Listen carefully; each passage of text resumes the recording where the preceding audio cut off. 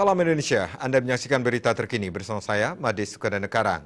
Pemirsa, peningkatan infrastruktur di Kota Denpasar kini mulai tak maksimal. Dampak dari refocusing anggaran, sejumlah rencana yang digarap harus dilakukan penundaan.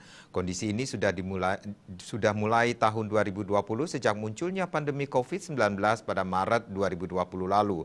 Bahkan untuk tahun 2021 ini, Dinas Pekerjaan Umum dan Penataan Ruang PUPR Denpasar hanya mampu memperbaiki satu ruas jalan saja, yakni Jalan Trengguli. Kadis PUPR Denpasar Nyoman Ngurah Jimmy Sidarta di Gedung Dewan mengatakan pihaknya sudah mengusulkan beberapa program kegiatan infrastruktur sejak 2020 lalu. Baik itu berupa peningkatan kualitas jalan, trotoar, pembangunan gedung, sumber daya air, hingga penataan kawasan pemukiman. Namun akibat adanya pandemi COVID-19, semua akhirnya terdampak.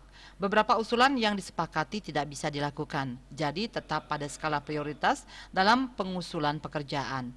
Karena banyaknya usulan sehingga skala prioritas dan penyesuaian anggaran yang ada.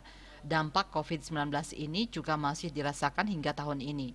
Pihaknya tahun ini hanya mengerjakan satu perbaikan infrastruktur jalan saja, yakni Jalan Trengguli. Dananya bersumber dari DAK, sedangkan untuk tahun 2022 masih tetap mengusulkan kegiatan berdasarkan konsep pemerataan di 4 kecamatan.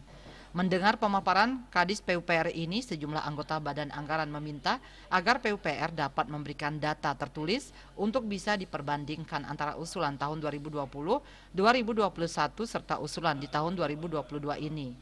Hal ini untuk menghindari adanya prioritas di tahun sebelumnya karena ada refocusing ditunda. Asmara Putra, Bali Post melaporkan.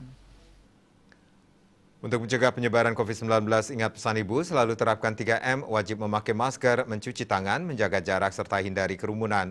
Dengan penerapan perilaku 3M, Indonesia segera terbebas virus corona menuju Indonesia maju.